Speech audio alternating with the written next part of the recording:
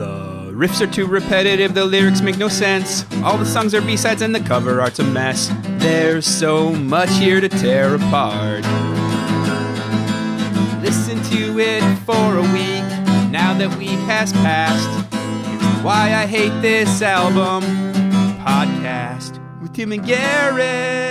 Hello and welcome to another episode of Why I Hate This Album. I am one of your slightly sick hosts, Garrett Harvey. With me as always, Julius to my Ethel, Tim Richardson. Tim, how you doing, buddy? Clowntastic, Garrett. Yeah, that is apparent. You are quite clowntastic this week. And what's got you in such a terrifying mood? Garrett, like every Christmas, you and I have broken out the insane Clown Posse. And this week, for our Christmas episode, we will be talking about their 2009 album, Bang Pow Boom. That's right, folks. You have asked for it for literally months, and Tim's asked for it. I'll be honest, I've been the sour apple in the bunch. What people don't realize is that these albums are lengthy, and Tim insists on us listening to almost exclusively Insane Clown Posse during our Christmas celebrations, so I figure if I'm going to be listening to it anyway, it might as well be for the show, and I've been trying to get the timing lined up, and I'm happy to say we finally did it. Yep. Now, a lot of you right now are saying, guys, you're doing an Insane Clown Posse episode. It's your Christmas episode. You celebrate the birth of our Lord with this band. Why are you not doing the Christmas album? I'll tell you why. We had to dig deeper. This couldn't be a novelty show. Yeah, it's not like Halloween. This isn't all about vampires and werewolves. Now, I can't rule out that we won't discuss both topics at length, but that's not what it's about. This is about clowns. Clowns who rap. Tim, do you hate this album? I do hate this album, Garrett. This is a fucking mess with a terrible message performed by two stupid, inexplicably colorless clowns, and I hate it. Colorless. Yeah, they're black and white. I don't care for it. That's not clowning. Okay, this is already taking a very interesting turn, and I haven't even answered the trademark question, but before I do, I don't want to forget. What?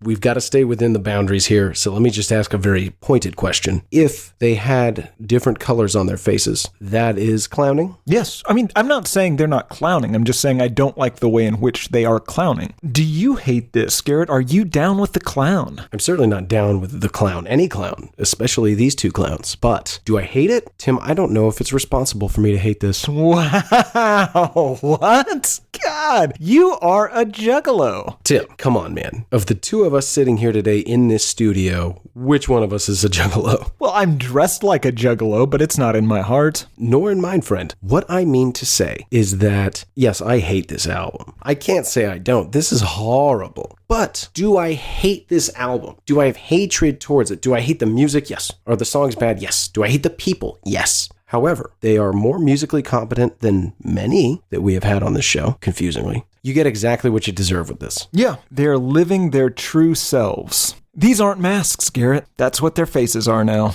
So do you think that if you were to walk up to one of these two gentlemen with the makeup removed and say, I don't know, remove the flowers, throw a vase of water in their face, would flesh-colored paint reveal white beneath? So it's hard to say. I mean, and that gets to the heart of the issue of, are they real clowns? Because the difference between a clown and a man who is dressed as a clown is that if you wipe off the clown makeup, there's just more clown underneath in a real clown. If you wipe off clown makeup and there's a person under there, that's not a real clown. Tim, I've known you a long time. A real long time. This is not the first time Tim has floated this theory. Not by a long shot. I have been consistent my entire life. Well, not my entire life, but, as long as I've been thinking about clowns, I've been very consistent on the clown makeup issue. If there is a person under there, that's not a clown. Right. I know this clown theory of yours, and it falls apart for me with a single question. What is a clown? It's somebody that is naturally clowny. The makeup is put on to play the part of a clown, but once the makeup is off, they are still clown. Why would they put makeup on over makeup? It's a disguise. Perhaps they wanted to be a different type of clown. Sometimes clowns are sad, sometimes clowns are silly, sometimes clowns are mimes. It's a large industry, Garrett. I have to draw the line there, Tim. A mime is not a clown. Okay. A mime is never a clown. I don't know that that's true. Because again, if you wipe the mime makeup off and there's a clown under there, all right, that mime is in fact a clown. This is only a few rungs above your "Are sharks real?" theory. They aren't. Okay, well, we can't get into that right now. We are barely into this episode, but it's feel like it's going to be the crux of the entire episode if we don't get this hammered out up top. You believe there are creatures on this earth that are born, and I want to be real clear here. It's not makeup. Their face, rather than having a typical complexion of a traditional range of singular colors, with small exceptions, you think that there's a creature on this earth that is born with a pattern of makeup on their face that looks like clown makeup. Right. What I'm alleging is that the original people that started dressing as clowns were using these second group of actual clowns, native clowns, clowns prime, if you will. They were using them as their model for what to paint their face as. That's where they got the idea. This has made things no clearer for me. I need to understand this at a very granular level. If I walk up to a clown and I start smearing his makeup, will it smear, or am I just rubbing skin? Oh, of course. What do you mean, of course? What do you mean, of course? Don't say, of course. None of this is an of course situation. If you go to a circus and you come across a real clown, that is a clown prime, who has put makeup on to disguise the fact that they are a clown. So they are wearing a clown's face over their clown's face. That doesn't make any sense, though. You know what? Because you can tell if it's makeup or not. If you look closely, you can tell that that's makeup. So they are putting it on so they blend into the crowd. Thank you for guiding me across that bridge. I'm there with you, friend. Okay, that makes some sense, but I've got to go back to my original question. What's a clown? Is it just an elaborate birthmark is what I mean? I mean, in the sense that skin color is a birthmark, if that's what we're saying, and I don't think it should be. Well, no. Okay, I think I know what you're saying. Okay. Two non-clowns can, in fact, have a genetically clown baby. That's not what I was asking at all. All you are doing is creating more questions in my mind. I feel like you're answering my questions with questions. So stop it and listen. If I walk up to a true clown, or as you call Clown Prime, I prefer Clown Zero. But that sort of implies that they're going around making other clowns like some sort of vampire or a person with Ebola. I guess that is somewhat derogatory towards clowns, which I want to mention. I don't like them. I think they're creepy. Yeah, I'm right there with you. See, it bothers me because clowns are creepy, but they can't really help it because, again, they were born clowns. The real creepy person to me is the one that looks at somebody, this baby with this bright red nose, this horrible white complexion, and this green hair that only goes around part of the way and it's sort of shaved on top. And somebody looks at this baby and says, that's what I want to look like, and then paints this on their face. That's the real sicko, Garrett. It's not some poor baby who was born a clown. Are there people among us that are hiding their... Oh, absolutely. Yes. Yeah. I understand what you're going to ask. Incognito clowns? Yeah. Undercover are there people... clowns? Yeah. So you go to a business meeting and you see somebody and his face looks a little weird. The reason that person's face looks a little weird is because they have applied human makeup over their clown face. And a lot of times, you look at the back of their neck, you look at their hairline, you can see a little bit of that bright green hair poking out from under their normal haircut wig. Yeah, their blonde wig. Blonde is not a hair color for an adult man. No, of course not. Maybe a young adult, fresh out of college, but I mean, if you're going to be a part of the working force, you should probably brown up that hair. You want to be taken seriously. Yeah, we should move on. I think we'll come back to this over and over again throughout this episode. I could spend hours on it. I am a half a step closer to understanding what you're talking about. Okay, one final question, and I promise we'll move on. Much as the clown is born, and they are just born genetically a clown, is that right to say? Yes. A genetic clown. It's a recessive condition. Again, because two normal humans can have a clown baby. This is ridiculous, but do clowns, genetic clowns, do they view traditional clowns, as I understand them, to be somewhat like dressing up in clown face? Absolutely. It's an affront. So what? If you are a clown at a circus, it is also extremely rude to either accuse somebody of being in clown face or to attempt to wipe their makeup off to prove that they're in clown face. So there's not really much recourse for the true clown. Well, not to mention, as you said at the top of the show, they're also using this as the easiest possible disguise. Right. So you kind of be shooting yourself in the foot. I mean, they got to work, and a lot of people aren't hiring clowns. Oh, God, no. I wouldn't let one. Could you imagine, Tim? Would you share a restroom with a clown? Garrett, I would not. That's disgusting. You're here first, guys. We preach constant, if not constant, then diligent tolerance and acceptance of maybe more than we ought to. I think we're both in favor of a clown bathroom ban, because here's the issue. If a clown is sitting in a toilet stall, those shoes are sticking out. That is a tripping hazard. But they're just dying for you to trip over them. Oh, yeah. And then you're going to hear a honking horn and a watch it, friend. And who can poop after that? Imagine this, Tim. You're in a single stall, you're having a tough time, you're focusing, maybe you went to Quiznos or Chipotle, and all of a sudden you hear the door open and you hear a squeak, squeak, squeak, and you see those size 17s come poking underneath that door, and it just starts banging over and over. I don't think we can have these things in society. I'm sorry I ever questioned it. Granted, I can't prove that they exist. You seem super confident, but I'm on your side. If they are real, God damn it, we need to get legislation in place. Your clown bathroom ban is a great place to start. Ban the clowns. Flush it down. We have to move on.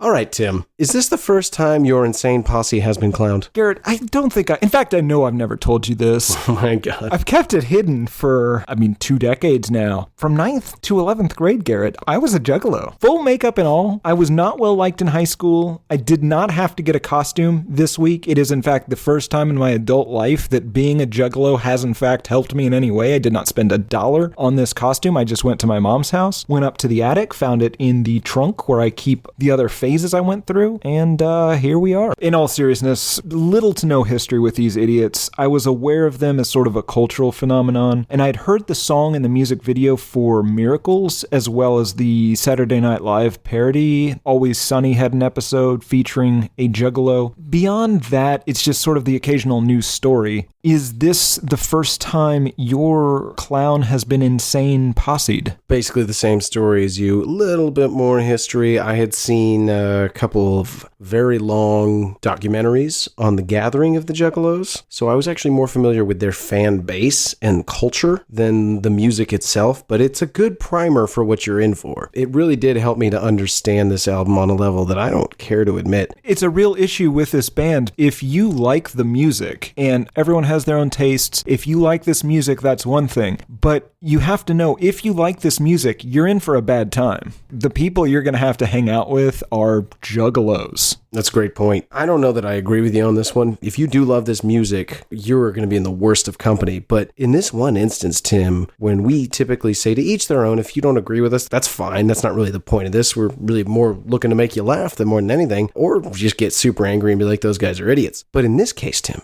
I think if you like this, you can turn this off. Just turn it off. You don't hate it. It seems wrong to hate something for being what it is. No. Like I said, I hate the music. It doesn't seem fair, Tim. They didn't do anything. They did. They've done a lot of things, Garrett. We'll get into it. The fundamental answer is yes, I hate this music and I hate this album. So anyway, I had heard a few of their songs and I had, of course, seen the music video to Miracles and all of the parodies of it. Let's learn about these two assholes. How did this insane posse of clowns come to be? And more importantly, how did they ever even get a glimpse of success? There is just an absurd amount of history for these two idiots, and we're probably not even going to scratch the surface. So for our audience, if we don't mention your pet crazy fact, I apologize. We have a limited amount of time to talk about an unlimited amount of information on insane clowns and their merry band of juggalos. But ICP were founded officially in 1989 in Detroit by Joseph Bruce and Joseph Utzler, Violent J and Shaggy 2 Dope, respectively. Music was not their first love, Garrett. Initially, their friendship was based around professional wrestling, building backyard wrestling rings, and then wrestling in those backyard wrestling rings that they had previously built. Also on the side, they listened to a little bit of hippity hop. Interesting. Fun story.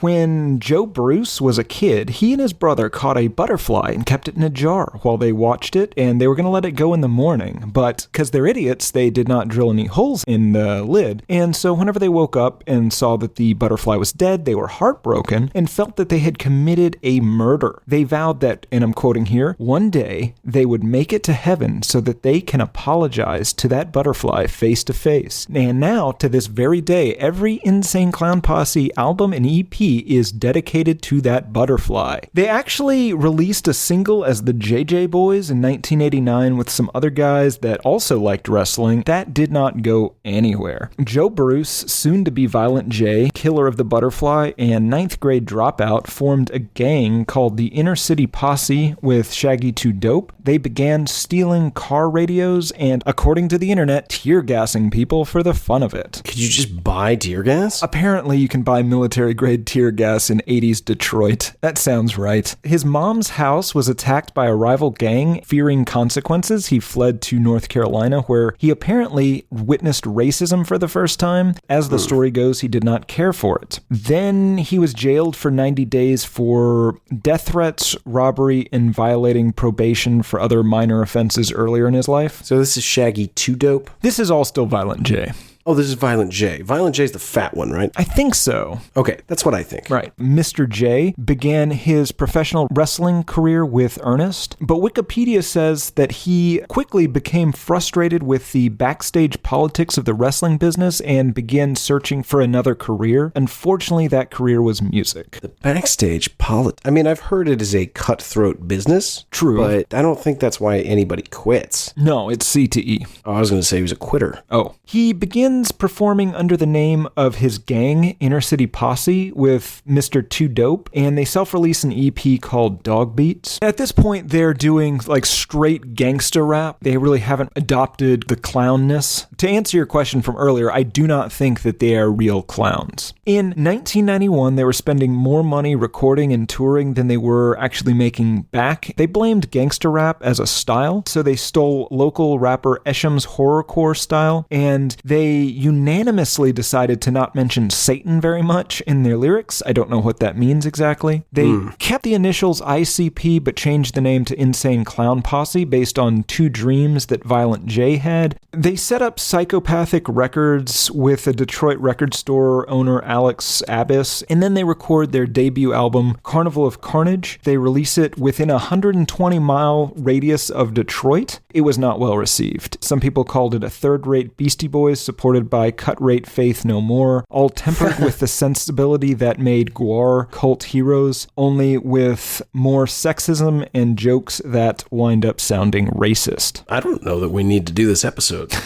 Yeah, that's Somebody a good kind of summary. nailed it. Yeah. It's probably not worth getting too much into their previous music before this album. There's so much of it, Garrett. Can you at least just quantify it? Absolutely. In 25 years, they released 15 studio albums, including one that will be released in February 2019, not including one scheduled for 2021. They have 17 compilation albums with Psychopathic Records, 7 records with what they're calling supergroups, 17 or 18 EPs. Shaggy 2 Dope and Violent J each have 3 solo albums. These guys are not lazy. They're stupid, they're terrible people, and they're bad at music, but they are not lazy. That's kind of why I don't want to hate this. Yeah. I mean, no. I feel like I've driven out to the middle of the country. I found a hardworking farmer. They're out there, let's say, I don't know, farming cabbage. And they're farming that cabbage and they're working hard all day. And they get done and they bring in the harvest. And I just start screaming like, hey, I hate cabbage. Okay, sure. Yeah. So you don't hate him because he's hardworking, but what if he was so hardworking and instead of cabbage, he was farming some sort of berries that gave you herpes? He's working super hard to get all of these herpes berries out all over the country as fast as possible to get it. I want everyone to have a taste of these herpes berries. You have to kind of hate that guy, right? You know, when you put it in the context of how many people this band are responsible for getting the herpes simplex virus, yeah, no, you're right. It's hard to support them.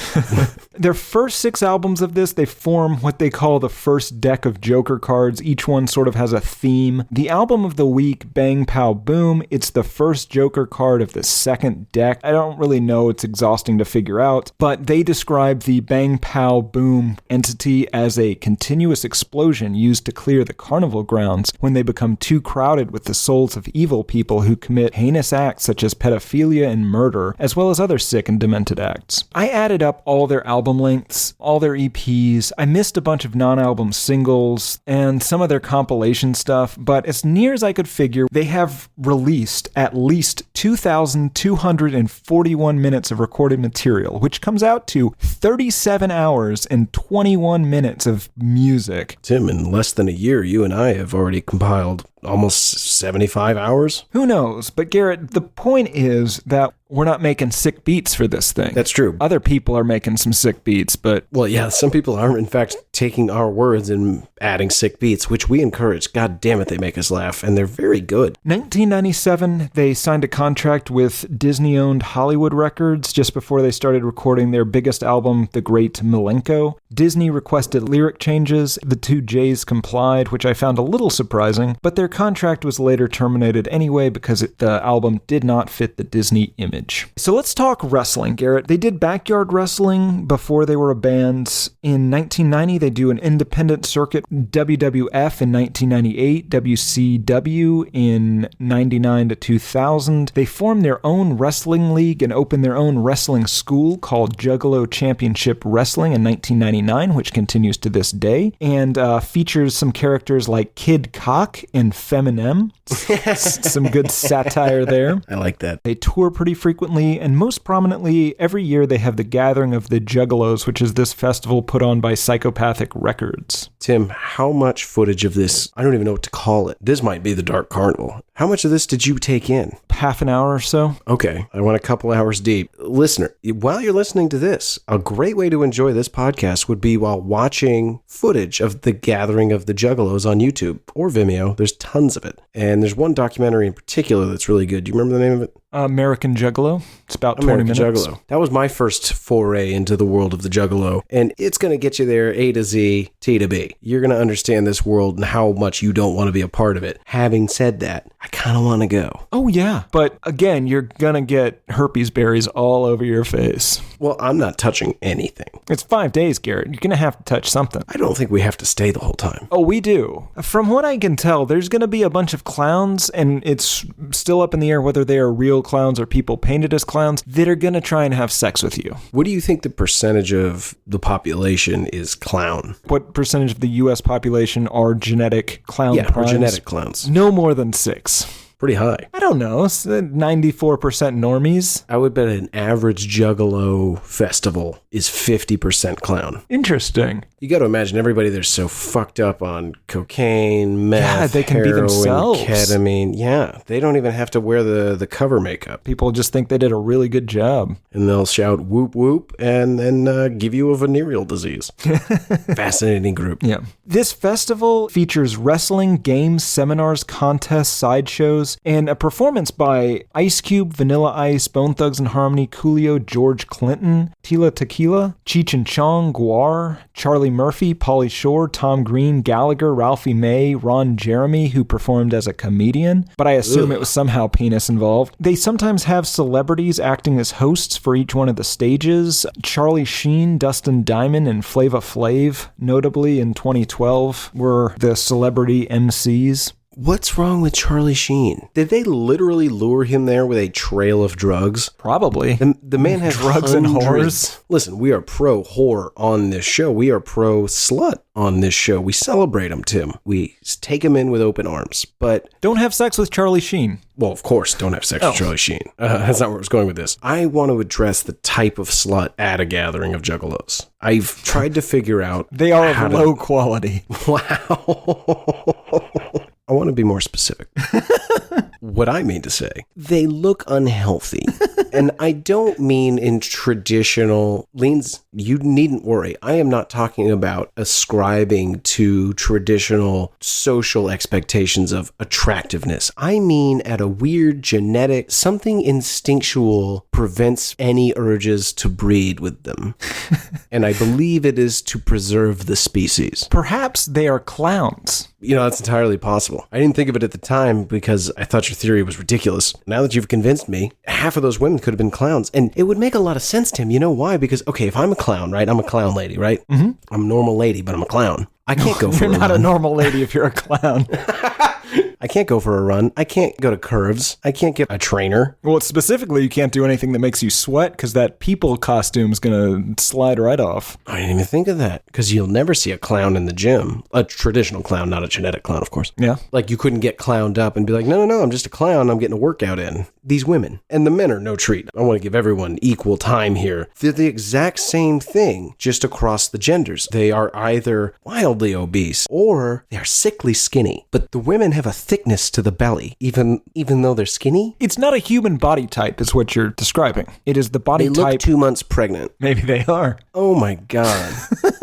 All right, we got to move on. So they were also featured at Woodstock 99, the good Woodstock, as we all know. And on tour, they've had plenty of legal and also psychiatric problems. In 97, Violent J was arrested after he savagely beat an audience member in Albuquerque with the microphone, which must have sounded terrible. Battery charges were brought against both of them after a brawl in 1998 at an Indiana Waffle House. And they've both been carried off stage and collapsed for things such as panic attacks and low blood sugar. Also, legally, the National Gang Intelligence Center has listed the Juggalos as a violence gang. They are on the FBI's radar. I don't know what it means to be considered a gang. I think it means that the FBI can spy on you without having to provide cause for individual instances. They don't have to be investigating a specific crime to be investigating you. Tim, I think what we got here is the government trying to create a nice little loophole. I see a way that's nice and legal to arrest a clown for no real reason other than out clowning around. Good. They need to expose which clowns are real clowns, and they need to get them off the streets. Right. I think what they're doing is they're trying to normalize the idea of you and I seeing a clown in handcuffs. If I see a clown in handcuffs, that's the only time I'm laughing at a clown. Get him off the street. Yeah, What if there's it's a maybe if we demonic could get some clown? sort of camp up north, like no. This is your Western European lineage. We got to stop right now. No camps. Can we give them an island? Well, a shitty island. Why does it have to be shitty? They're not bad, Tim. They're just clowns. Garrett, these fucking juggalos are gonna ruin a good island. I'm talking about clowns, not juggalos. We got to get them off the street. Yeah, I agree. Whatever happens to them, happens to them. Jesus. All in all, their lives, their music seems to be just a complete shit show of awful garbage that should be avoided at all costs. Do they seem like they'd be sticky to you constantly? I feel like they always smell like makeup remover. Yeah, plus like sawdust. Like used sawdust. Yeah, like sawdust that has been vomited on a little. Right. Probably the reverse, but I take your meaning. Yeah, that's It'd true. be very fortunate if you threw up in a bucket of sawdust.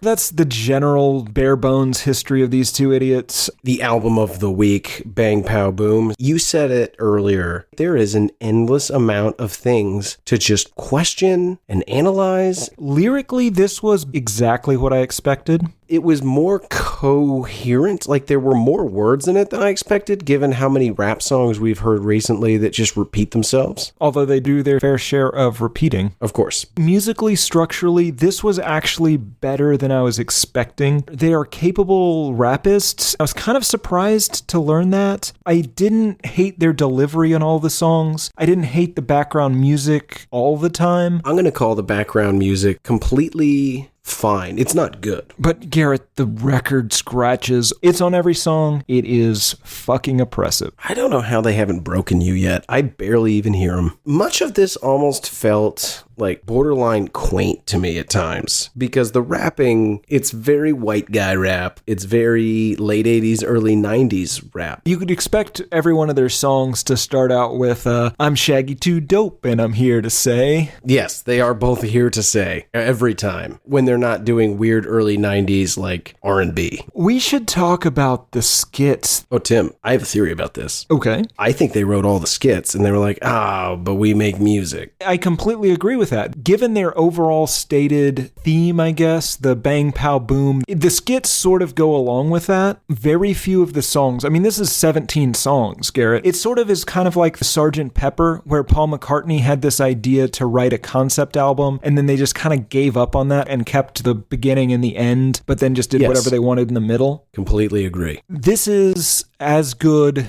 as Sgt. Pepper. Oh, we are not saying the same thing at all. Yeah, it is like they wanted to do a thing, but then they couldn't think of enough songs to connect it all. And so they just said, we'll just, talk about murder and fucking in the middle. Their natural instincts to talk about murder and fucking really undercut the story presented in the skits because they are 100% the type of people that would be bang, pow, boomed. Oh, absolutely. I would like to say I love the idea of the juggalo becoming mainstream. Just occasionally you see a juggalo wandering around. That'd be great to be like high school all over again. I did not have juggalos in high school, so... Oh, we did. Really? Not many. Oh, yeah, like 2. That's fascinating. So it's like you see tattoos now really frequently and everyone's just fine with it. Unless you've got a 69 tattooed on your forehead, like you're probably not going to lose a job. I envision a world, because I interact with a lot of surgeons on a daily basis, and a lot of them you see tattoos sticking out of like scrub sleeves. This entire week I've just been picturing a juggalo pediatrician.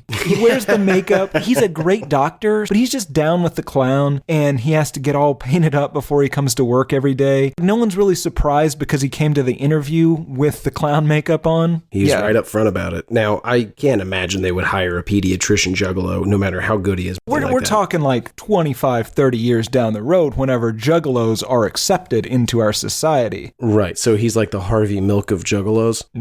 What? He helps bridge the gap between the juggalo community. Yeah. He runs for city council.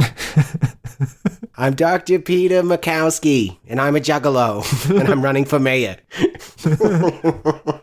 No, Tim, I don't think we would accept that. I think it's funnier if it's, and I know it's sophomoric, but juggalo OBGYN. Okay, let's just take a look here. What are you in your 3rd trimester? Oh, dear God, you're a clown.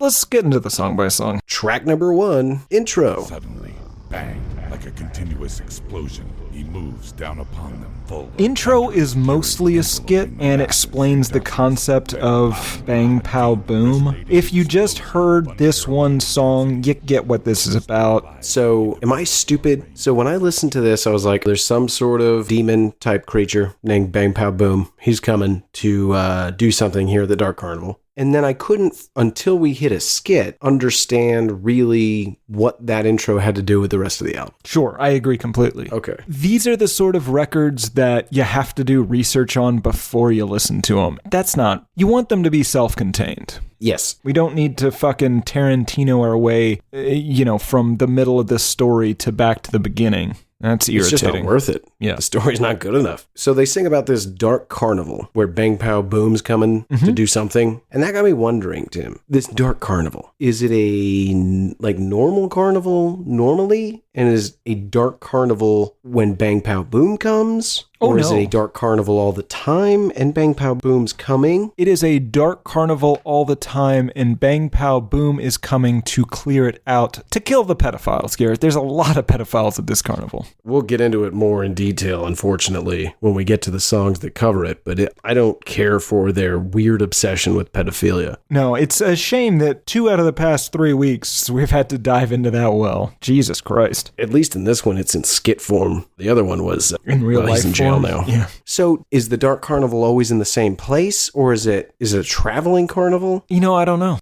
Like if I go to the place where it was tomorrow, is it like a Dairy Queen? You're asking, is it a metaphysical carnival? Well, I think that goes without saying. What else is a dark carnival? Maybe I'm asking the wrong question. Do you know what a dark carnival is? No. You've been to a good number of carnivals, right? Yes. I love a good carnival. The margins in the carnival world, just, unless you're playing the sucker games, those guys aren't living high on the hog. I have a really hard time believing that a dark carnival could subsist strictly on relying on this Bang Pow Boom fella coming along and cleansing souls. You can't sell tickets. What are they doing 364 days out of the year? Perhaps this asshole's not here. Whenever it clears out the carnival, it leaves, they just go around and collect everyone's wallets. But it's an explosion. Oh, that's true. They talk about ash. Yeah, so at best you're going to get coins. And paper money's gone. Yeah, and as we will learn throughout this episode, most of the people that are there were invited. Yes. All right, track number 2, a special track for this version of the album, the blue version, Beautiful Doom.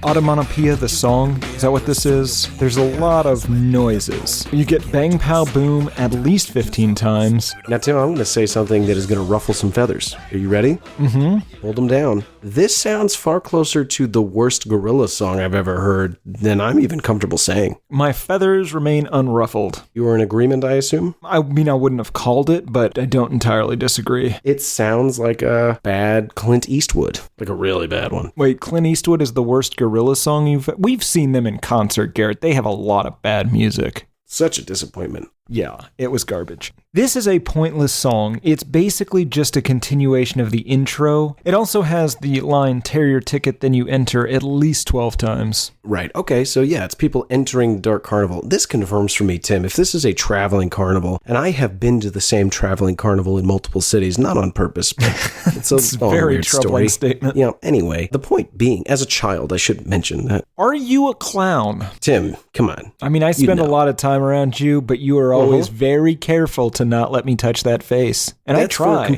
Yep. I mean, I see how it looks on the surface. Anytime I go in the bathroom, that thing is locked. I never let you touch my face. You have a strict 6-inch barrier face to face, so you can't get too close a look. Yeah, you rarely let me observe you in the shower. And whenever you do, you make sure to keep your face out of that water. Tim, in all seriousness, please stop watching me shower. I know I locked that door. I get that you can unlock it with a coat hanger. It's not about can you.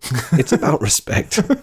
Okay, so the first two songs here, they're kind of setting the stage. There's nothing super offensive about either one of them. That will come later. I thought I was about to hear an album about the Dark Carnival and all of the people that come to visit and the attractions that they see. Absolutely. Yeah. And then they threw that away. Right. Track number 3, In Your Face. Juggalo, only when it's convenient. And no, they don't mean it. We sick of being lenient. Step your This ass was back originally before the titled action attacks. Pie in Your Face before being repurposed because they wanted to make it more metaphorical. The track references many ideas and behaviors that the listener may or may not appreciate, but ICP is hitting them in the face with it regardless. Oh, so it's in our face. Yes. Yeah, this is in the listener's face, Garrett. Interesting. There's some lyrics in here I'd like to read, and then I want to ask you a question, okay? Absolutely. Shaggy the Clown, here to murder some ass. I be the strangler, known coast to coast. And I turn any thug into a ghost. Tim, as a known and admitted strangler, do you think that Shaggy 2 Dope is in fact a strangler? No, I don't. And I will say, though, I don't know why you're saying that I am a strangler. Oh, why is that? Well, I am not a strangler. Well, Okay. Again, I have done my fair share of strangling, but I don't think that's not all that I am. I mean, I wouldn't even say that's the majority of what I am. Strangling is incidental to who I am. I don't need to strangle. I like to do it. Garrett, you like The Simpsons, early Simpsons, right? Yes, is that literally the only thing you know about me? I had a hard time coming up with stuff, but you wouldn't say that The Simpsons doesn't define you. Oh, I would say it's probably responsible for 85% of my personality, yes. Oh, that's true. Yeah, took a right. You know what? terrible Maybe I don't have a example. point. Maybe I'm a strangler. So what's your question? What's your strangling question? Do you believe Shaggy 2 Dope to be an authentic strangler? No. I didn't either. I felt like he was fronting. They describe so much violence and so many varied ways of committing violence against their fellow human beings. It becomes hard to believe. To be a strangler, you have to dedicate yourself to that as your mode of murder. You can't be a jack of all trades and a master of none and call yourself a strangler. I see. So just because you have strangled does not in fact make you a strangler if you also participate in many other forms of torture, if not murder. Sure. So the lyrics on this song, Violent J says, I pop out of the box, swing on a spring, big Violent J with the axe out, in yo face. So the thematic message here doesn't matter if you like anything they do, they're gonna do whatever the fuck they want, don't give a shit. I think the words rhymed and they sounded violent. Okay, let me give you another Violent J line here. If you ain't down with that, fuck off. I like getting my dick sucked, jacked off, and salad tossed. Ugly hoes, fine hoes, none go to waste. But for you, herpy, meth head, anus, in yo face. So, according to Genius Lyrics, Violent J is down to hook up with anyone. But, with that being said, he makes it clear that he'll pass on the woman who is a methamphetamine user and who has herpes sores in her anus. I am calling that bluff.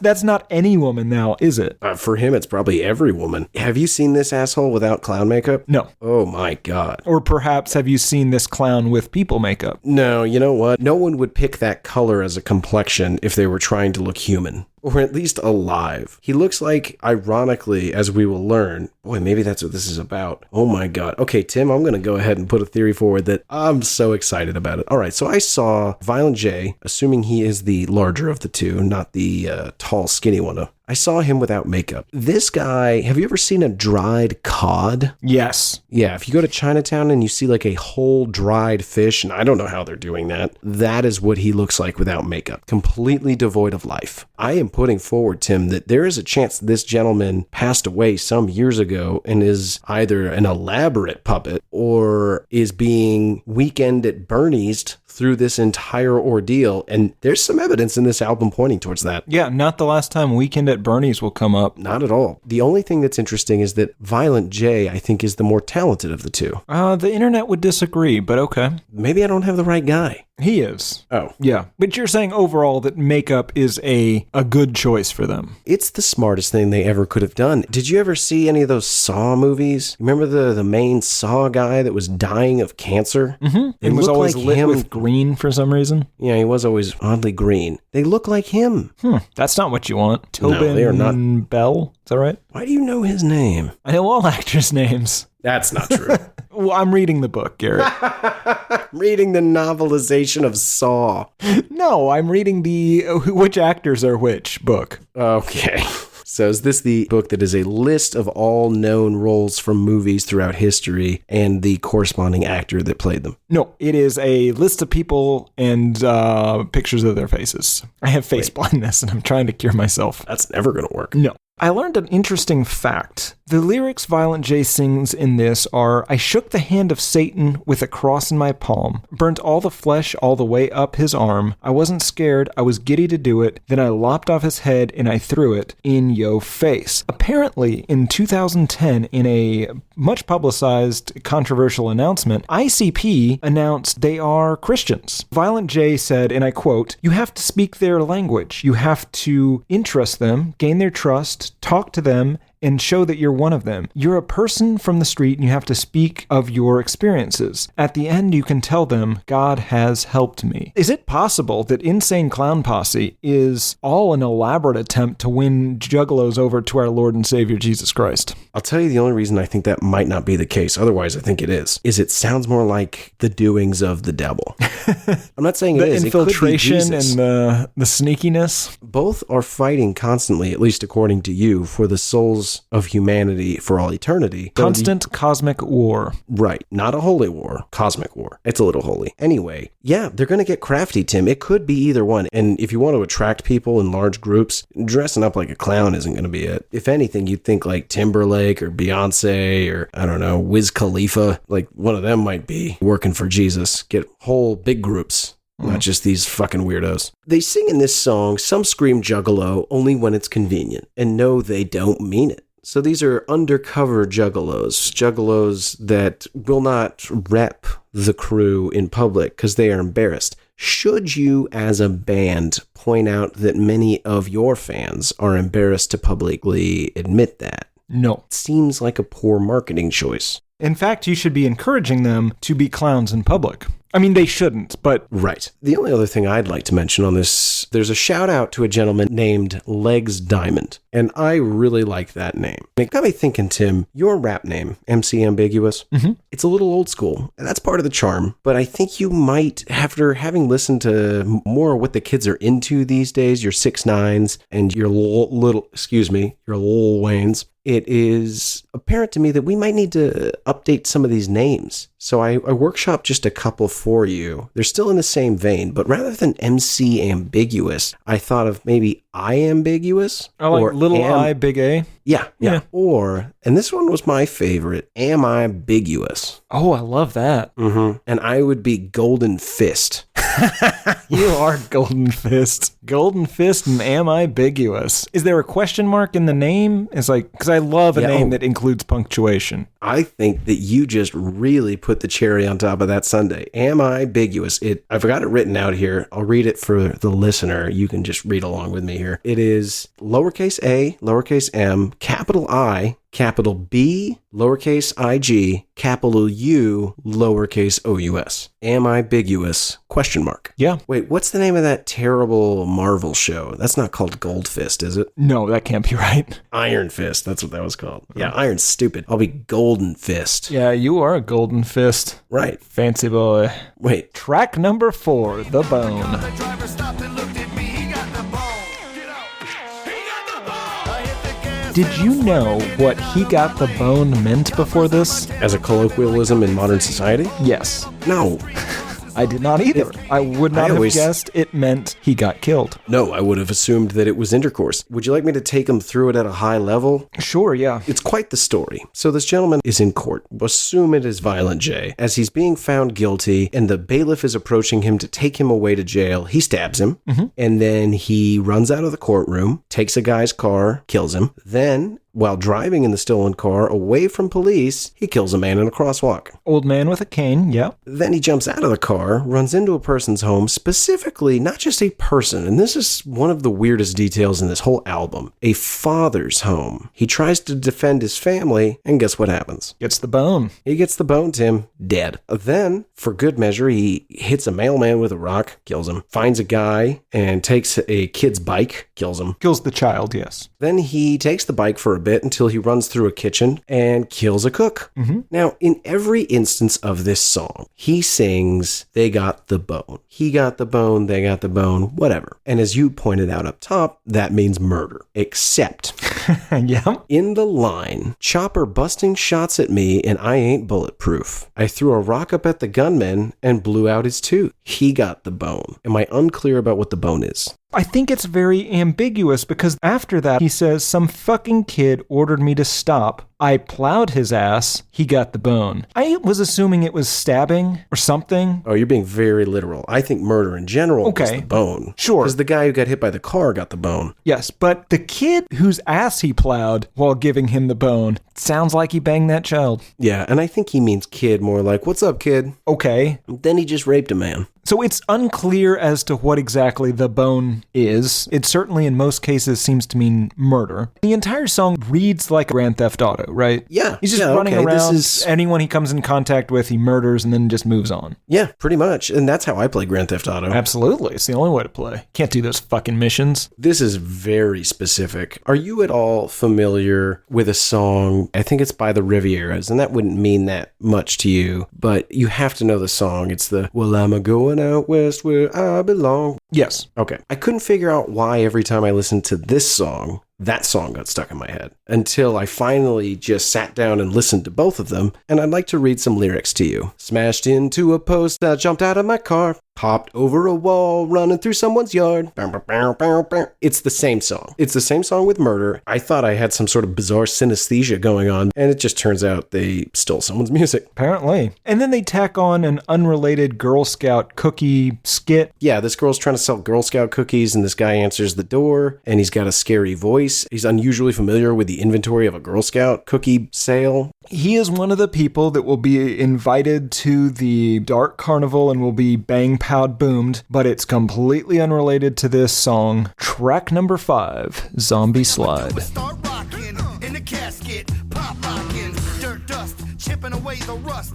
What is this? I had the exact same question. This seems to be trying to create a new dance akin to and also directly referencing the Monster Mash. Yes. And I think that's all it is. They say, in the casket, pop locking, dirt dust, chipping away the rust, with these freaky moves that I bust, Monster Mash all across the grass. Garrett, first instance of spelling on this record. I knew we were going to get it. Juggalo. Oh, you're right. You're right. I didn't catch it till later on in the album, but you're 100% right. It is about zombies dancing. They begin the song by saying, when I die, it's time to celebrate. All love, escape the hell of hate. First thing I'm going to do is start rocking. So he thinks when he dies, that's when it's time to start dancing. Yes. I have to ask, why wait? Maybe he's embarrassed in life. Maybe he's too busy. They are hardworking gentlemen. I'll give them that. He's saying no heaven, no hell. I'm staying here. It's my time to dance. Yes. Some sort of afterlife retirement where all he does is dance. Yes, and invent new dances that are really just old dances stolen from Bobby Boris Pickett. God, you love that guy. With the exception of one fuck, this could easily be a Disney song. Well, he also says rock out with my cock out. Oh, right. Okay, so my next question was going to be, was this in the Disney film Coco? I'm going to guess it wasn't. No, it was not. Coco has much higher standards, Garrett. That movie was great. God, it was very good. movies. Watch it. You'll love it. You'll cry. I doubt it. You'll laugh. You'll cheer at the end. Don't you tell me to cry. Garrett, it's What? the complete package. Hold on a minute. Oftentimes when I'm getting ready to leave to go to work, you'll say, looking great, buddy. You're the complete package. I'm comparing you favorably to Coco. You are not, compared to Coco, you are not the complete package, but I'm trying to lift your spirits to the Coco Did you level. say lick my spirits? Lift. I said lift. Okay. You're recording this. Yeah. You said lick, I'll find out. Wait, why are you comparing me to an animated film? It's the best thing I can think of. I I'm think really that's a trying to compliment but you. I'm really uncomfortable right now. And can I please, if I didn't overtly state it, Tim is wearing a wildly undersized juggalo costume. I wouldn't I say assume it's because it's wildly. from high school. I would. It's from when you were 14. No, we already addressed the fact that that is untrue. I was What are not you a talking juggalo about? at 14. I didn't hear that. You did. I took that all back. That was a bit. Nah. I mean, you're dressed like a juggalo now. Yes, and I am wearing a 14-year-old's juggalo outfit, but that is Right, to support unrelated your to bit. my previous life. What, did you just do it last minute? You couldn't get an outfit together? No, thought it looked good. This is the new version of tight we need to get used to. That's right. Do you have to have someone sew you into that? No, I squeezed in. Ugh, we got to get you your own room. Track number 6 to catch a predator. I'm like, Hi, go on in. I'm putting on my bikini. and when the door shuts, that's For when I once, let Tim, them see for me. maybe the first time in the history of this show, this song is exactly what I thought it was going to be. That's right. It is either an advertisement for Chris Hansen's now defunct show, or it owes that show money. I think it's the latter. Now, technically, they redid all the audio. At first, I was hoping that they had sampled that show. I really enjoyed that show. Yeah, you did. It was really, really funny. Yeah. So that ended in 2007 with somebody committing suicide, essentially on air. Yeah, in my hometown. They came to arrest him, and he just shot himself in the face. Yeah. I can't feel that bad about it, trying to have sex with children. Yeah, I mean, that's the issue that I have with this song. It basically amounts to something like torture porn. There's no message, there's no real underlying artistic value to this. I agree with the basic premise that pedophiles are evil, but it's not really a particularly brave statement to be making, and I don't think we should be patting them on the back for it. It reeks of this, you can't hate this song, or you're saying you're not anti-pedophile kind of thing. That is disingenuous at best. Yeah, I can definitely say I hate this song. If anything, just because they have sullied the good reputation of Mr. Chris Hansen. Absolutely. Okay, so we got a little ahead of ourselves. This song is about luring pedophiles to this guy's home and then torturing them, literally torturing them. So to your point, Tim, it should be we can all get on board with this. Pedophiles are terrible. But then as you listen to the song, the man who wrote this is not healthy. He's cutting off dicks. He's putting them in other people's mouths. That's not called for. He's carving off faces and making people eat them.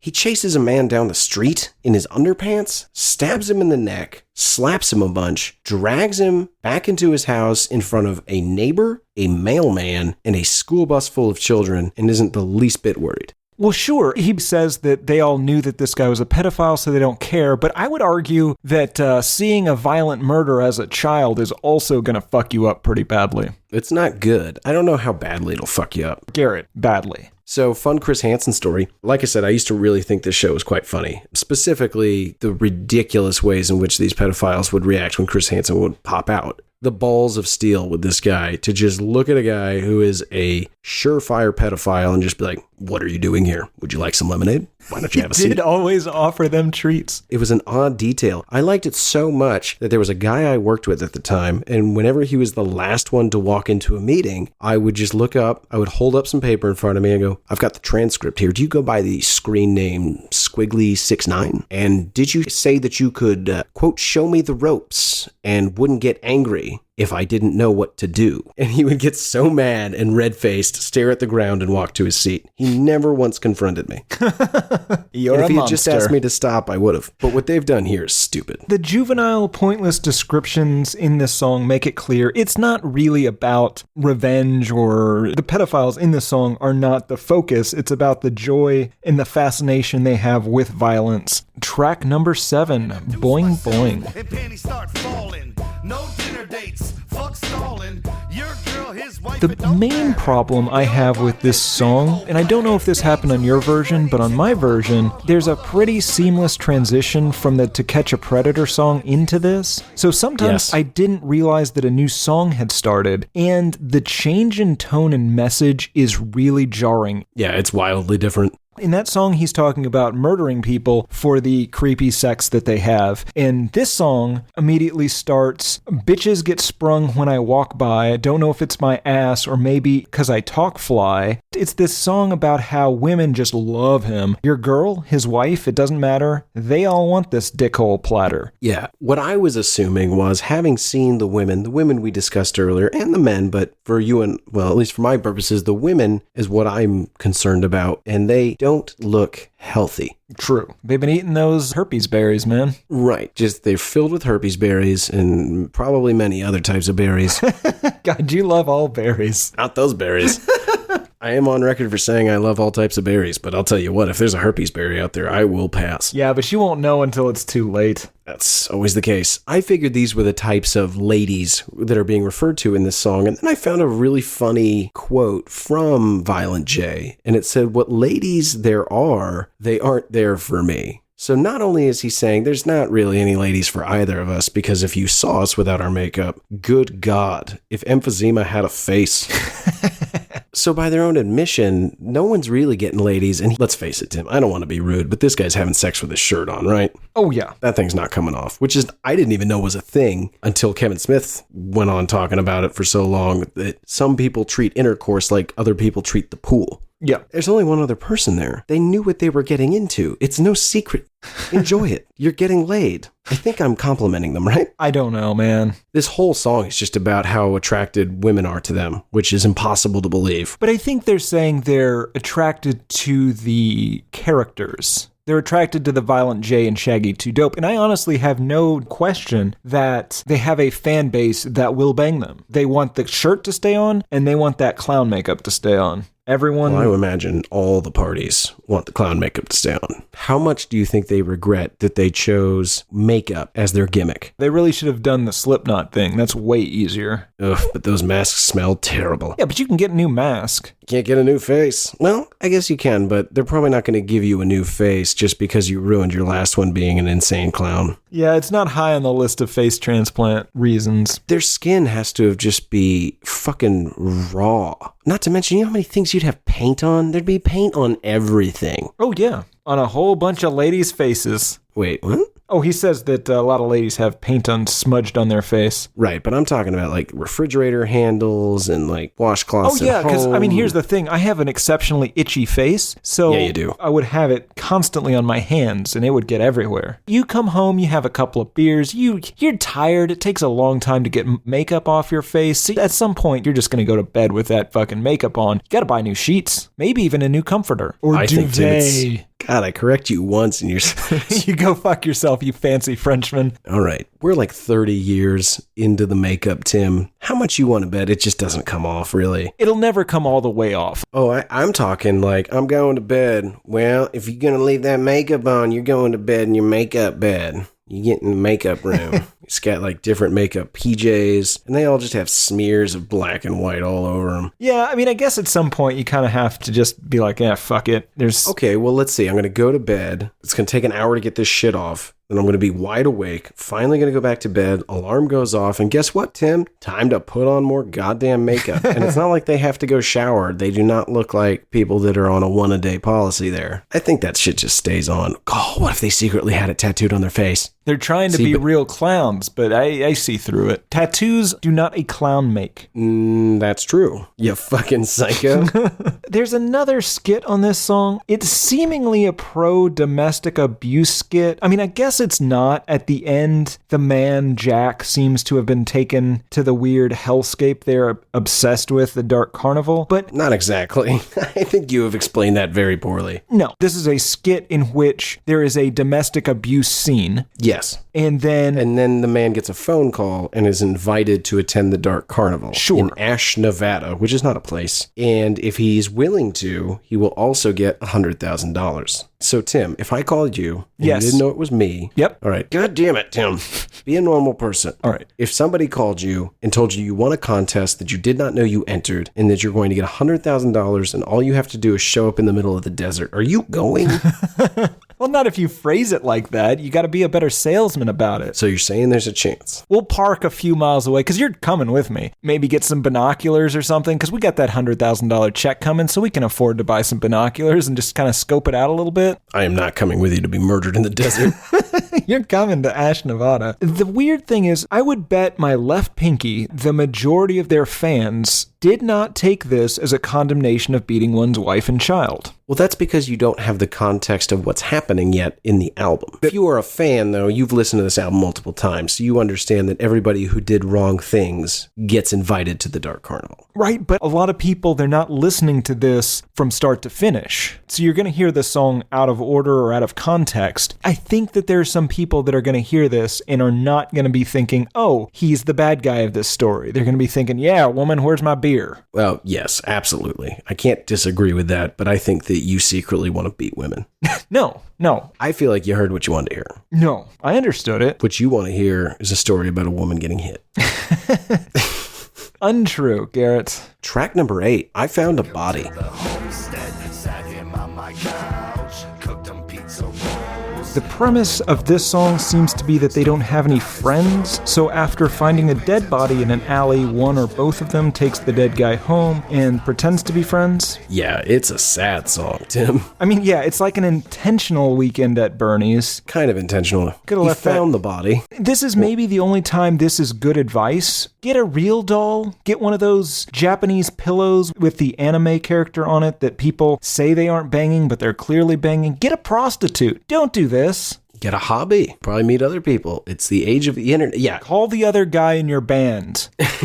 I'm sure they hate each other. Wouldn't you? We've been doing this for less than a year and I fucking can't stand you. Jesus Christ. Not the point. He sings in this song, just wanted somebody there, somebody to agree or disagree with, tell me I'm right or wrong, somebody to talk to, eat with, be with, somebody who cares whether I'm alive or not. Good Lord, this guy is sad, and I believe it. He says he wants companionship, right? Mm-hmm. He's banging that corpse. Well, I mean, yes. Okay. Of course he is. Of course he is. And it's not a gay thing. And Well, no. maybe it is. I don't know. Yes. And hell, I don't even know that it's a man. Yeah. I don't even know that the main character. I shouldn't. You know what? Look at me, Tim, assigning genders. Garrett, let me What's tell you wrong with something. me? If somebody's banging a corpse, the banger is a dude. 100% of the Yeah, time. that's true. No ladies are banging corpses. Ladies, listeners, if you're a lady out there and you did bang a corpse, or more likely you've at least heard a story of a woman banging a corpse, write in. We'd love to hear about it. You know, I'm going to skip that email. But not only does he take him home, I mean, he cooks him food. He opens his And mouth. feeds it to him. Yeah. He takes the corpse to Target, pushes him around in the car. People stare, but not because it's a corpse. They think that, He's mentally challenged. yes, that's not the word he uses. He says retarded. You can say it, Garrett. It's okay. He sprays him with Axe body spray, which I kind of thought was funny. It made me laugh really hard. If anything would cover up the stench of death, it's Axe. You could kill a moose with that smell. He also takes the corpse to his mom's house for whatever reason. I guess they're going over there for dinner. I guess. He gets a little angry at the corpse because he gets jumped by a couple of thugs and the corpse doesn't come to his defense, which is confusing. Right, so at some point in this song, he forgets it's a corpse. Wouldn't He you? thinks he's got a buddy. No, I wouldn't. You know what would tip me off? The smell? It's a corpse. Oh. It is a rapidly decomposing, swelling, dead body. What is this song? It is not rapping. It is not really singing. It's sad on all levels. It's so sad because I think this is the most honest song on the album. It also ends with a skit. There's this law commercial about a law firm that will perform fellatio on their customers if they lose their cases. If you're a law firm offering fellatio if you're losing a case, I think you just want to do the fellatio thing. I'm concerned you're not going to try hard up front. Oh, you think it's just a guy who wants to blow dudes? Yes. I'm such a bad lawyer. Oh, well, guess I have to do the thing. Yeah. Yikes. Man, I'll tell you what, that's crafty. And then let me also ask Tim, what does this have to do with either the Dark Carnival or Bang Pow Boom? Nothing. Unless that sneaky gay lawyer, and not because he's gay, because he tricked people. Yeah. Maybe he's getting invited to that Dark Carnival. Because of the trickery? Or because... Right. Okay. We accept everyone. We do. But does the Dark Carnival? Yes, but that's because they know Bang Pow Boom is coming. What we don't know is the rest of the time when he's not there, is it general admission? What can I do at the Dark Carnival? What are the attractions at this carnival when it isn't some sort of cleansing? I don't know. We'll have to listen to their other albums to find out. Track number 9, Love.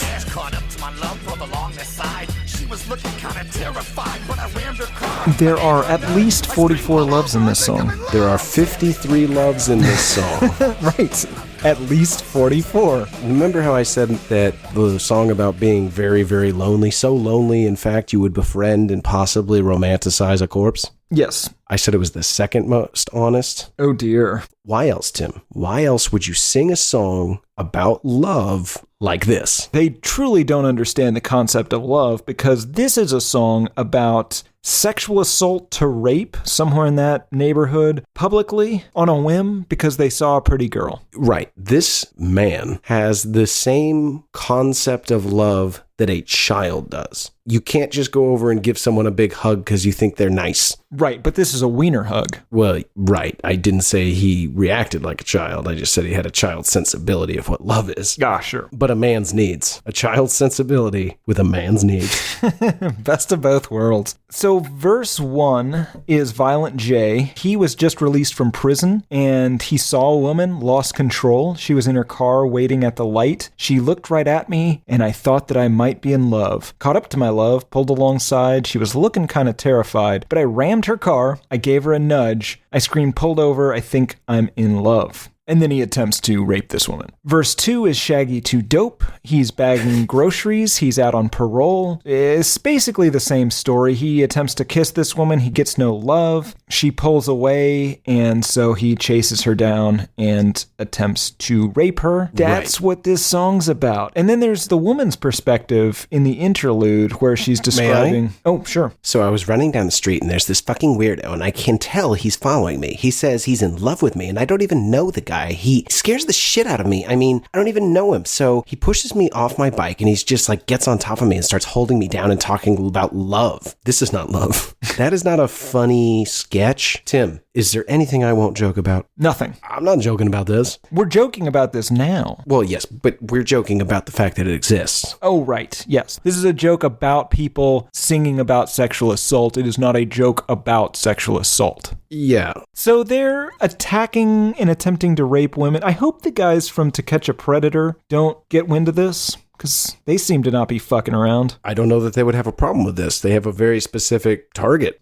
This might be the same guy for all we know. Well, he did seem to have poor impulse control with the murder as well. Mm-hmm. Track number 10, Fawn's Pond. Something in the water, if tests are no mistake. The thought that rides along the top. Tim, you don't know who Tone Loc is, but I know our listeners do, and this fucking sounds like him. He sang Funky Cold Medina and Wild Thing. You need to learn your history. The content of this song is the worst Stephen King short story you could ever imagine. To even put it in the same universe He's is written still some insulting. terrible short stories, Garrett. You're right. Remember Lawnmower Man? Not the movie, Yeah. which is also No better. bad, but... Fair enough. Yeah, Fawn's Pond. This is stupid. Yeah, it's a pond. A bunch of kids have drowned or possibly been killed and dumped in the pond, and they're haunting it. I mean, that's literally it. Yep. I combed through this word by word, Tim, and with one single question in mind. Is there anything technically inappropriate in this song? And there isn't, making me think this song was written to be sung at like summer camp. No, it does have that ghost story around a campfire thing. And there seems to be sort of a call and response in the middle that in no way matches the rest of the music in the entire album. They sing, "Fight for air. Something strong is pulling me under, pulling me under."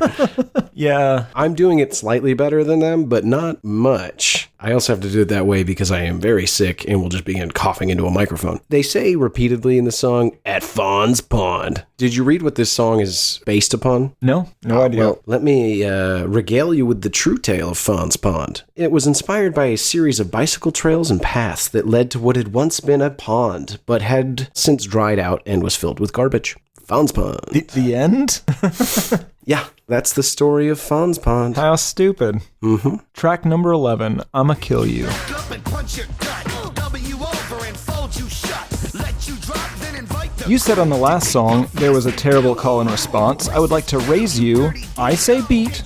You say that ass. Beat. That ass. Beat. That ass. Terrible, Garrett. Just terrible. So it's a song about beating people, I guess? There's some pretty graphic descriptions of torture and murder in this song as well. You've got, I slap your head with a bat, the bloody splat, stomp your nose in until it's gone, rip your pants down for the cause, take 2 bricks and clap your balls. That's interesting to me, and I'll tell you why. Because first you get I don't remember the order, one verse is sung by Shaggy 2 Dope, the other is sung by Violent J, and at the end of both, they sing about destroying balls. I think, as you mentioned, one guy is smashing them between bricks, which isn't cool, and the other, I think, has a hammer, which is also pretty terrifying. And so I thought to myself, wait a moment, are both of these people's verses, do they mirror each other throughout? So I went back through and I read them both, and I kind of lined them up. It turns out I wasted a ton of time. It's a coincidence, and they're both just bad at writing.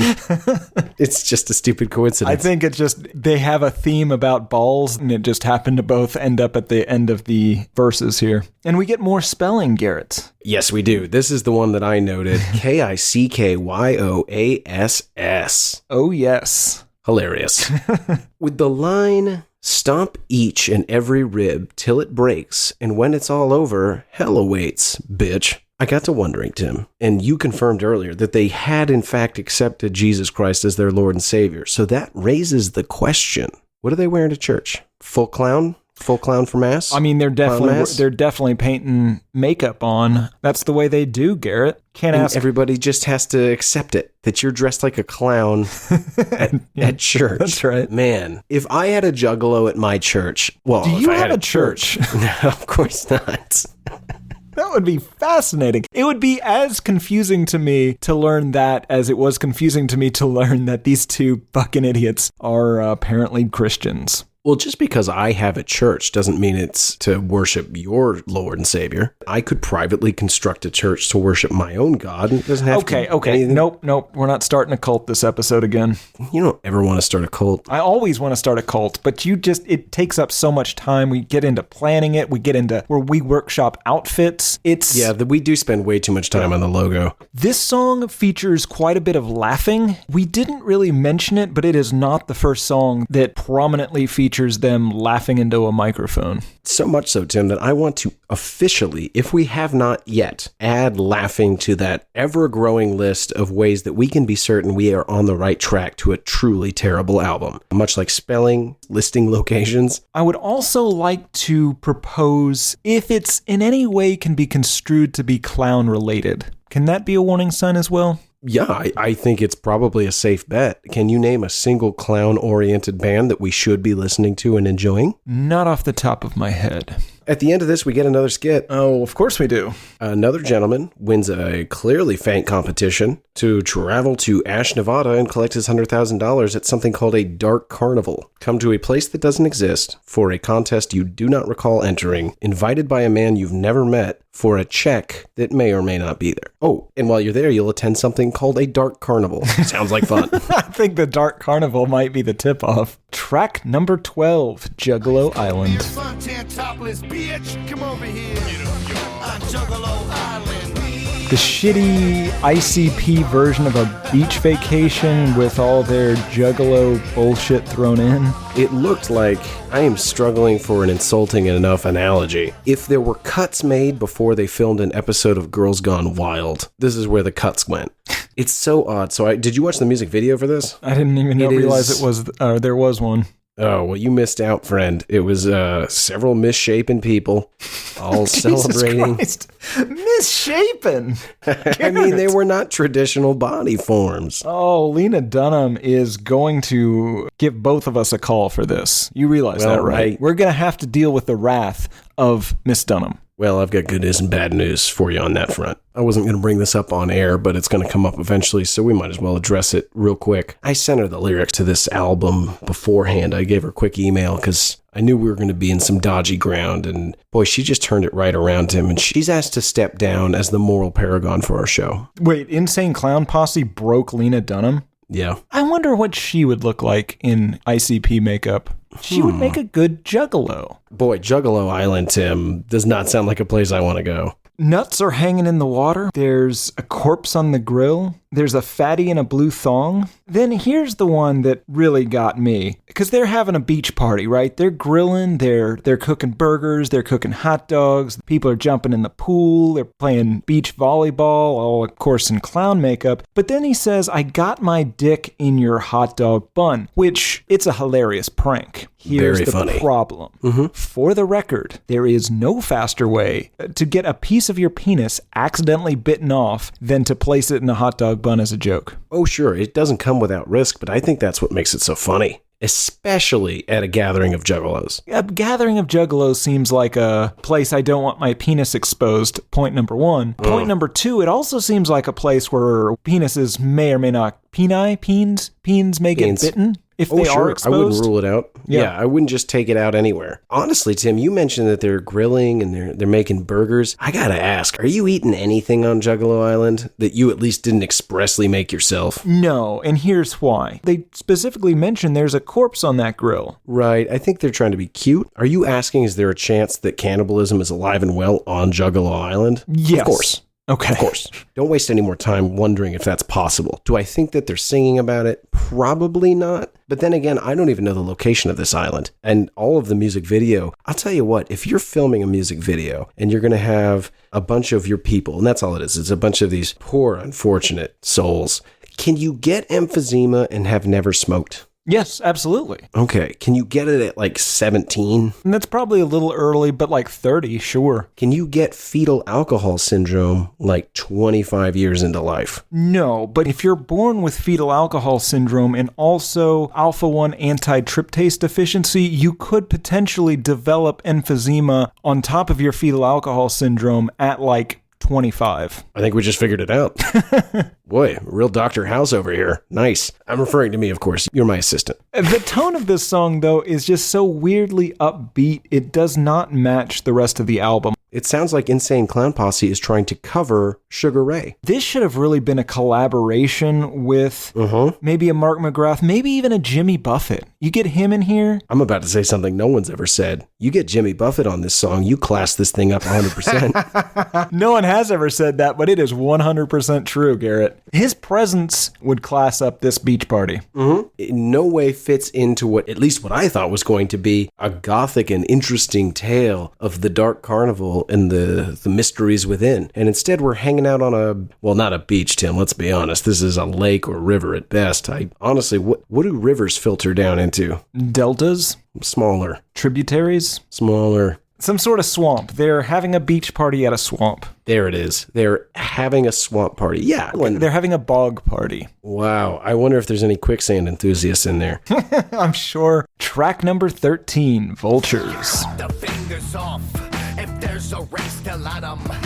Even if they come. This might be just for you and me, but do you remember the Louis XIV song, Illegal Tender? Well, it's a minor altercation, despite your hesitation. The opening to this song, you wait for death to happen. You loot the body wrecks. The elderly fee blows out their pension checks. once again, every time I heard this song, I heard Louis XIV Illegal Tender, a band nobody really knows, but I enjoyed in like 2003 or 5. Yeah, kind of sounds like, do you remember the movie Across the Universe when Eddie Izzard was performing? For the benefit of Mr. Kite. Yes, he sings it this way too. It's not really singing, it's more sing-songy. A bit like a carnival barker, once again returning to some degree to the theme of this album, if you can even call it that. Tim, you know what this is? This is the Jerky Boys of music. Yes, that makes a ton of sense. Just as the Jerky Boys are funny for about 4 minutes if you're 11 when you first hear them, but in the pantheon of comedy deserve no time, that is what this band is. You're like, oh, I see what they're... Okay, I have had enough of this.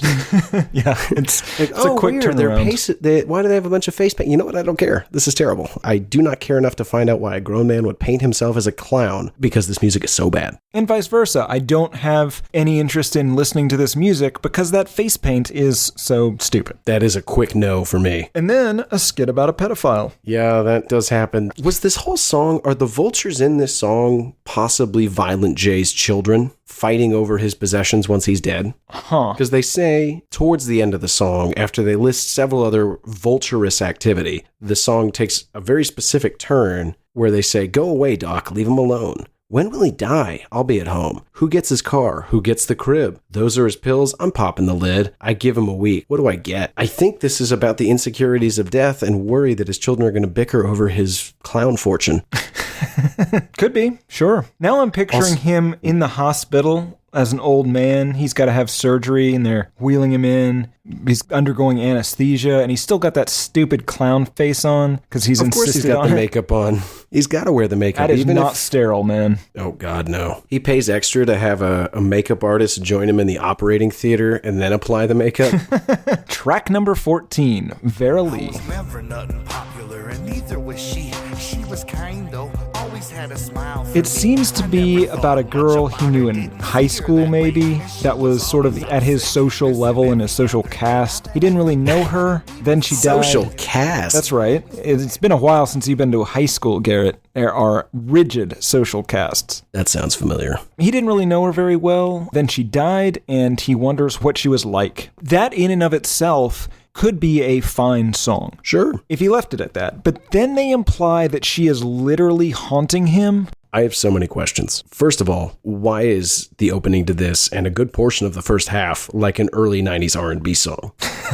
I totally expected like a, damn girl, I've been thinking about you. But instead we get fucking Shaggy 2 Dope and Fart Pants. And as you mentioned, it is about a girl that is haunting this man, but there are a few things that I need cleared up, and I think you're the only man to do it. Did she kill herself? I don't think so. He says that she is missing a bunch of class beforehand, so it sounds like she was sick for an extended period of time. I think we're meant to think she died of like cancer or something. Okay, because he does say she was pale, which is the cellophane calling the ghost white. Yeah. Said she was pale, said she looked ill and frail. Okay, so that's one question answered. But here's the big question. Is this guy just an egomaniacal psychopath? 100%. Okay, so he seems to think that she maybe died because of him? Died for him, Garrett, lines. is how this is phrased. Oh my God, that's so much worse. So let me read the lines. And now that she's gone, I can hear her crying my name. But what if I was something special to her because I said hi? And what if those hellos that we shared went a long way? What if she felt for me like in a strong way? What if she was ill but always tried to make it in just to see me in the halls and share our hellos again? First of all, that does sound slightly like my high school poetry. 100%. So that's very embarrassing, and I'll just go ahead and point it out before you can.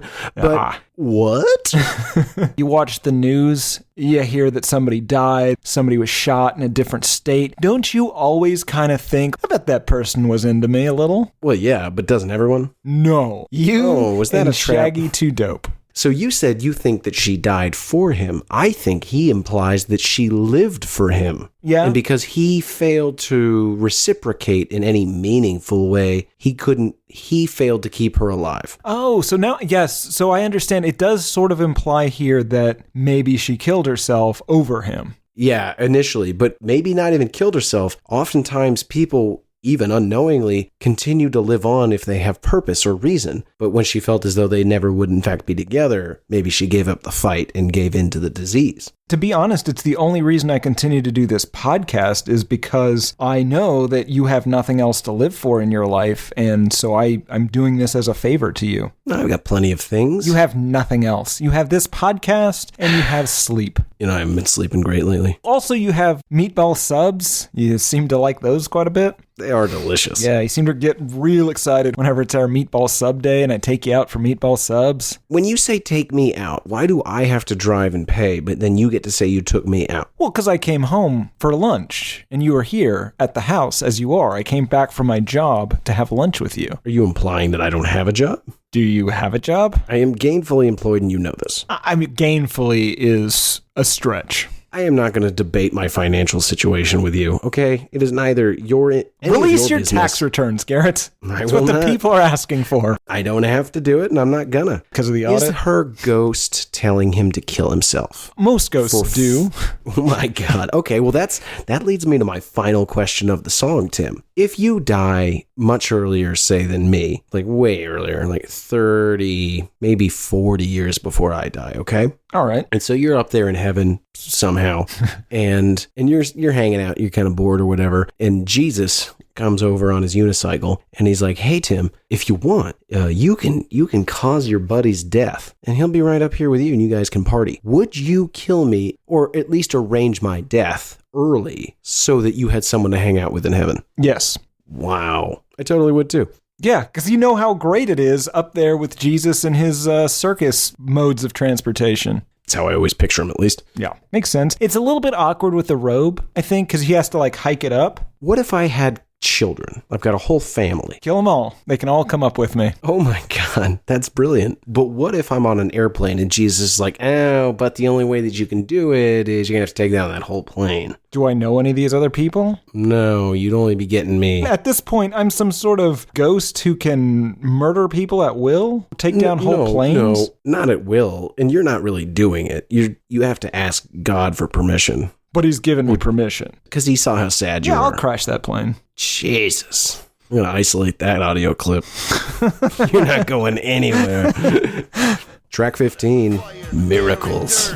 Fucking magnets, how do they work? And I don't want to talk to a scientist. Yo, Garrett, I love this song. I do too. It's so great. It's so stupid. Yeah, I mean, they're wallowing in ignorance. I renamed this Ignorance is Magic. Absolutely. Guys, if you don't know this song, we're not going to do it justice. You need to go watch the music video and all of the parody music videos, specifically the SNL one. You don't need to watch any of the parody music videos. The music video parodies itself. It looks like a screensaver from Windows 95. Yeah. It is ridiculous. Yeah. And then these assholes are singing in it about the stupidest things you could possibly imagine. Sure. So there was a 2010 interview where Violent J said, "I think we might have misused the word miracle. The things we mention in the song, they can all be explained, but what we're doing is appreciating them." That actually kind of put me in my place. So he gets it. Yeah, but he did not get it whenever they wrote it or made the music video. Wait a minute. Okay. This is maybe worse. I assumed that they just did a poor job of songwriting, that the metaphor was lacking. But he literally doesn't know the definition of a miracle. Well, no, he does. He just fucked it up originally. Okay, that's fine. Except, if you don't know this line, guys, this is the whole reason I wanted to do this album. So thank you, Tim, for letting me say it. Fucking magnets. How do they work? And I don't want to talk to a scientist. Y'all motherfuckers lying and getting me pissed. They also say long-necked giraffes, pet cats and dogs, Snapple brand fun fact, legally distinct from Snapple's real facts. Did you know that giraffes have the exact same number of cervical vertebrae that all mammals do? I actually did know that. Oh, that seems like a miracle, right? No, No, it doesn't. No. It makes actually a lot of sense. Now, I will say, Tim, if you just look at a giraffe, and I mean, it's a crazy looking animal. Sure. Have you ever seen one up close and personal? Oh, yeah, I gave some leaves and it ate it out of my hand once. It was fucking miracle, man. God damn it, they might be onto something. They list all of these things that they believe to be miracles. In the middle of all of these, there's this line. Violent J says, "I fed a fish to a pelican at Frisco Bay." It tried to eat my cell phone, to which Shaggy 2 Dope replies, he ran away. Why is there a random anecdote about feeding a pelican? That is certainly not a miracle. No, it's a genuinely bizarre line, though. It might be my favorite. I have to nominate Fucking Magnets, How Did They Work as the best line of any album we've done so far. It's Yeah, you're probably right. the dumber lines on here. I see miracles all around me. Stop and look around. It's all astounding. But then they'll say things like water, fire, air, and dirt. Dirt? What? Yeah, you should probably just say earth. Nope, not my point. What do you mean? They're the 4 elements of life. God damn it. I hate you so much. You've ruined the fun of this song, and I hate you for it. Yeah, we should probably move on. Before we do that, my only theory for this song that ties this to everything else. So you've got these songs about them hating pedophiles. You've got these songs about what are miracles, how do magnets work, scientists are lying to us. I propose to you that as a child, one of these guys, maybe both, were molested by a scientist. Okay, so in all seriousness, because this is a serious topic, I also wrote down that one of these two was touched by a man of science. And I'm a little concerned right now, because how did we both come to that conclusion? If we both independently came to the conclusion that a scientist abused one or both of these boys, there is between a 90 and 99% chance that it happened. Yes. And it's ruined them on science. Yeah. God, it's a damn shame. The other thing in the video that's absolutely amazing to me, they say Shaggy's little boy looks just like Shaggy and my little boy looks just like Daddy. Did you notice the visual for that? What do you mean? They pan to a child just wearing clown makeup. Well, yeah. Well, of course he looks like you. He's painted to look like you. What the fuck are you talking? What is this song about, Garrett? Yeah, it's so stupid. It is really stupid. They mention like astrophysics. They mention just the fact that mountains exist. They mention biology. They mention Cats and dogs. They literally, top to bottom, T to B, don't get it. And once again, Tim, I have to say, what did we expect? I know at least one of them did not complete even 9th grade. On Genius Lyrics, DIT1284 says, "The song has a deeper meaning than this. Yes, most of these miracles can be explained by science, but the fact that life exists and these things happen the way they do is the true miracle, and that is what they are trying to get across. It's not so much how magnets work, but why they work. Our entire existence is a miraculous thing. They aren't as dumb as you think." I think he's as dumb as they are, right? Yes, reality is astounding. Yet another skit at the end of this song. Another Catch a Predator reference that includes the line, "I thought this was a carnival. Where's all the sexy kids at? Don't tell me I brought all this candy for nothing." Right. All of the people that have been invited to the Dark Carnival have now arrived, and they're wondering why the carnival grounds aren't littered with children, which is fucking disgusting and not funny. We get it, guys. I'm surprised they didn't mention that, like, one of them had, like, a pocket protector and the other a lab coat. But, yeah, we get it. Scientists hurt you. It was not okay, and it's not your fault. But you gotta stop being explicit about pedophiles and their wants and needs.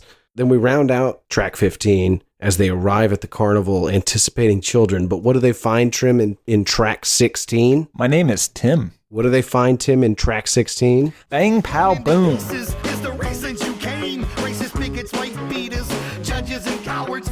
You want to know my first thought when I saw this song? Yes. What in the hell's about to happen for 12 minutes? Oh, yeah. I'm happy at least that there was a hidden song and it's not literally 12 minutes of this garbage. I mean, this is the conclusion. The title character, bang, pow, booms, all of these pedophiles and people that murdered children and fathers in front of their families. Right. It's kind of a big letdown. Yeah. They all just explode, and the whole song is sung almost like a bad B-52s cover. It has a bizarre surf rock feel to it. Musically, it's not terrible. All of the music in these songs, rap, surf rock, early 90s R&B, all of them sound like the generic versions of songs and musical styles you're familiar with that are just different or poorly played enough that no one owes anyone musical rights. Absolutely. Monies. I don't know what else is left to be said about this song. And then you get like 3 minutes of silence before you move into the secret song. And I don't even remember what that was called. It is called Over a Bitch. Good to go.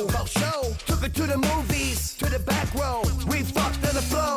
Song probably should have stayed a secret, huh? Well, first of all, I don't know why, if you're going to have this album-spanning concept, I don't know why you'd throw in something completely unrelated after it. I mean, I guess it makes sense because most of the songs are, in fact, unrelated to the concept, but... Right, it was just one final cherry on a very confusing and distasteful sundae. It's about the constant struggles of a guy, or various gentlemen, getting sent back to prison, in his words, over a bitch. In my words, over making poor choices. Yeah. Basically, women get either affronted or assaulted, or he's having sex with women who are married or with somebody else, and then when that gentleman has the audacity to be upset with him, he murders them. Well, sure. Over a bitch. And then we're done, right? Yeah. All right, Tim. How did it do? Hard to say exactly. It debuted at number 4 on the Billboard 200 with 50,000 copies sold the first week. Only stayed on the charts for 8 weeks total. And the total sales are hard to estimate, somewhere in the low 100,000s. The Garbage music video for Miracles has like 1.5 million views on YouTube. I think most of them are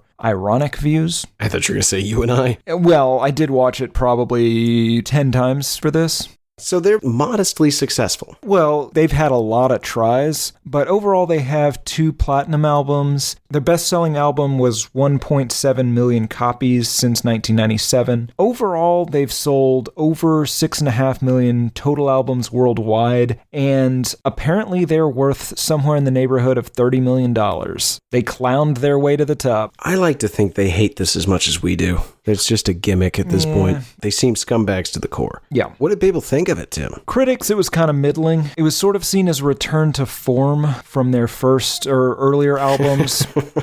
We don't have a Robert Christgau review this week. What about the dregs of humanity existing only to write Amazon reviews? So Amazon has 44 total reviews. This has a 4.0 out of 5-star average, 66% 5-star, 4% 1-star. Some choice ones here. This is by Wheezy. I assume that's Lil Wayne. It's called Welcome to the Dark Carnival. I am completely blown away by how this album came out. There are some fantastic beats and some great lyrics. I've been a fan for a long time, since I was 14. And now I'm almost 30. I'm still down with the clown. I can't wait to see all the juggalos at the live shows doing the Chop Chop Slide, in parentheses, the hidden track on the Green album. If you're an ICP fan or not, this is still a great album and has something for a lot of people. Wow, they didn't want to commit to everyone. 5 stars. A lot of people. You know that little expression, Tim. Come on down, we've got something for a lot of people. What else you got? This is called one of the best ICP albums to date. Yikes. It's by Mr. P. Gannon Jr. You need to get this album, Juggalos and even non-Juggalos. It has the Dark Carnival sound all through it. All the making of the Joker's cards are in this, humor, stories, and sound. I swear to God, get the 3 versions and you will thank me. Every song is amazing. A good few songs will give you pins and needles, like To Catch a Predator and I Found a Body. It had my wife and I dancing around the room, laughing our asses off. Bottom line, if you're down with the clown, this is another must-have for your collection. Get this now. Wow. Any others? This is a 4 out of 5-star review called It'll Grow on Me by W. Leach. Once again, this is another great CD by ICP. I've been down for a long time, and I will admit times have changed and so has their style. I love how they talk about killing and torturing pedophiles. I hate those bastards. This album is great and will be awesome for any juggalo that's new to the family, but will take some time to grow on the juggalo that's been down for a while. Compared to the great Milenko, Riddlebox, etc., this album is horrible, but it is a welcome new face to the wicked genre. I own the blue copy, and so far I've listened to it all the way through about 8 times, and this comment is all I have to say about it. MCL, my brothers and sisters. What is MCL? I don't know. That's probably okay. I assume it's some sort of whoop whoop for text. Probably. One more, just reviewing the song Miracles, called It's Just There in the Air by Amazon customer. I was initially drawn to this song because it is ridiculous. It's a couple of clowns, literally, rapping about fucking rainbows and pondering how rainbows work. It's awesome though, really. I'm not an ICP fan. This song has real appeal for me though. I think what they're trying to say here is that people should appreciate all the amazing everyday things we take for granted. There is readily available science that explains how magnets work, but the science doesn't take into account that magnets are fun to play with. There's cool stuff going on all around us, and we shouldn't take ourselves too seriously to enjoy it. Also, I made this song my ringtone, and it makes me happy to get phone calls now. Good Lord. Good reviews, Tim. Let's not waste any time. Who is this for? Clowns and clown enthusiasts, I guess. There are thousands of people across the country and maybe to a lesser extent worldwide that are willing to paint their faces like these two idiots, so it stands to reason it's for a fair number of people. I'm going to say it's for emotionally damaged people with poor taste in music and not enough personality to stand out on their own merits without creating some sort of weird eccentricity that's going to force everyone around them to pay attention to them. Nail on the head. Final thoughts? I think too much has been said about this already. Well put. You ready to answer the question then? Yep. Tim, do you hate this? Yes, I do. I love miracles, but it's definitely not enough to save this from itself. What about you, Garrett? Did you hate the album, or are you now down with the clown? Happy to report, Tim, I hate this album. Yes! I mean, Didn't really get you there, but I'll take it. No, but you got me there intellectually. I was emotionally there, but you got me there intellectually. Well, not you. Not you, you creep. We got there together. What? No, that's not helping. We've got to come up with a different way of saying this. We got there simultaneously, not one before the other. It was at the exact same time and because of what the other was saying and doing. Can I ask you this, Tim? Yep. Where did you apply your makeup? If you say my car, I swear to God. We don't have time for this. That's going to do it for us. As always, thank you for listening. Please rate, review, subscribe, tell your friends, your dog, your grandma. Every time you do that, it helps the show in the rankings. When the show goes up in the rankings, more people see it, more people give it a shot, and that helps out the show. You can contact us. Let us know what you think, what you like, what you don't like. Tell us funny stories. We are putting together that mailbag episode that we have promised you for the last 6 months. Be sure to write in. You can write in at hatePodMail@gmail.com, or you can go to hatepod.com and click on Contact Us in the upper left-hand corner, and that will take you to a submission form. You can also reach out on Instagram at hatepod. You can reach out on Twitter at albumhatepod, or you can go to facebook.com/hatepod. We check all of these channels, and damn it, we'll respond to you. We want to hear from you. We love the stories. We love the suggestions. We love the songs. We love the memes. Thanks for making the first year so awesome. Tim, did I leave anything out? Only one thing. We are planning on doing maybe a month of second albums from artists we've already talked about. So if you would like to email in with your votes on which 4 artists those should be, let us know. That's right. Special Sequels Month. This has been Why I Hate This Album. I am one of your hosts, Garrett Harvey. I'm the other, Tim Richardson. The riffs are too repetitive, the lyrics make no sense. All the songs are B-sides and the cover art's a mess. There's so much here to tear apart. Listen to it for a week, now that week has passed. It's Why I Hate This Album podcast with Tim and Garrett.